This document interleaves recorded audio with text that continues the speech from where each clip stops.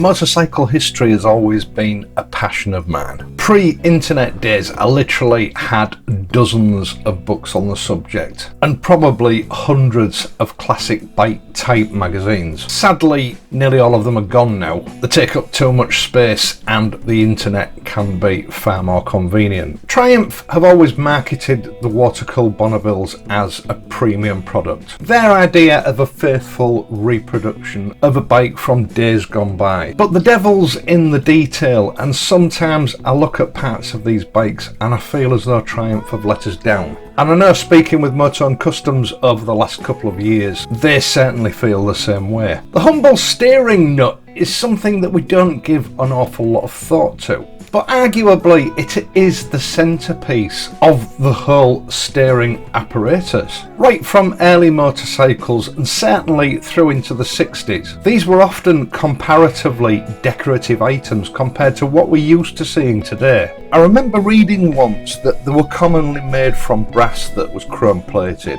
and that here in England towards the end of the 1950s it became commonplace for bike modifiers to clear off the chrome and polish up the brass, a much more attractive metal. But this died out as we moved into the 1960s. Competition from Japan meant that British bikes had to be cheaper, and one of the places that they economised was on the fasteners. Those that were traditionally made from brass and then plated were replaced with cheaper ferrous metals. And as time went on, the designs changed too. I would like to think that it was down to modernisation, streamlining of the parts for current tastes. But nuts like the steering nut became much plainer, simpler to make, cheaper to make. Triumph have made some effort with their steering nut. It is very slightly domed, but it is a part that MOTONE thought was ripe for replacement. Following that tradition of polishing brass nuts towards the end of the 50s, they came up with a classically designed nut reminiscent of that era, made from polished brass, and they decided to call it the Boss.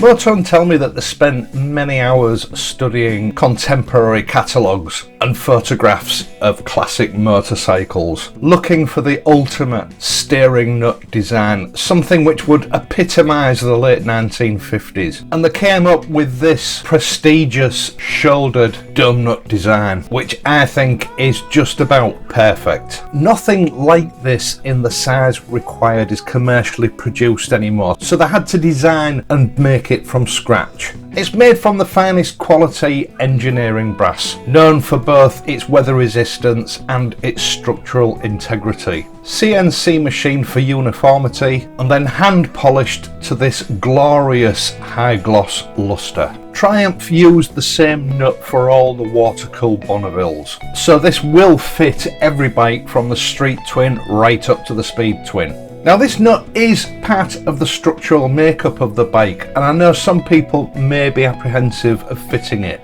But the truth is, it's literally a 10-minute job. You can take a hot cup of coffee out to the garage before you start and it'll still be drinkable when you've finished. I'll quickly take you through it. Now the Haynes manual will tell you that this is a 37mm nut, requiring a 37mm socket, but it's not. It's actually a 38mm socket. They've made a mistake. Using a set of calipers, I measured these nuts on both the Bobber Black and the T120, and although there was a very slight difference between the two, both measured up at 37.72 and 37.91 respectively. In a way, this is a good thing because 37mm sockets are far scarcer and tend to be double the price of 38mm sockets. I managed to find one on Amazon for around about £10 from Sealy. I'll leave a link in the video description down below. Now the first thing you need to do is get your bike upright. If you've got a centre stand, that's great. If you haven't, like on the Bobber, a paddock stand or some ingenuity with some planks under the side stand is required. Now the steering assembly is held together by other fasteners. The front end isn't going to drop off when you undo this nut, so you don't need to worry about that. First of all, cover the tank over on your bike. A couple of thick towels or something like that, because you're going to need to rest your handlebars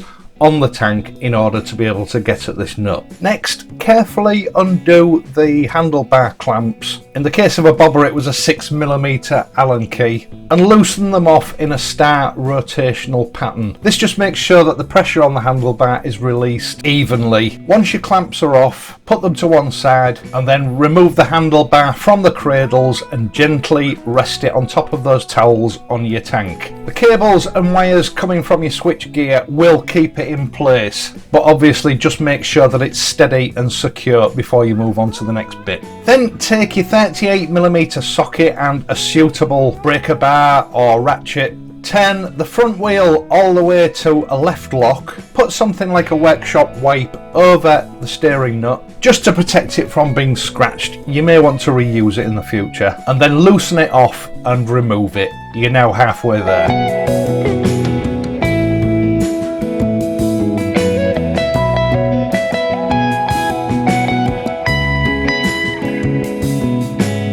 Then it's time to fit the boss. First of all, just screw it on finger tight, and I would advise that you use exactly the same method as you did when you took the old nut off. A workshop wipe or something similar over the top of the nut before putting the socket over it to protect it from being scratched. Tighten it up, and it requires tightening to 90 Newton meters. Now, just as you turn the steering to left lock when you unfasten the old nut, it helps if you turn the steering to full right lock when it comes to torquing the boss up. And once you've got it torqued up, it's time to replace your handlebars. Exactly the same procedure as when you took them off. Get them in place and lined up, replace your clamps, and then replace the fasteners in a star rotation pattern. Keep an eye on the gaps in between the two clamps. Make sure that the clamps pull down evenly, and you can torque those up to 10 Newton meters.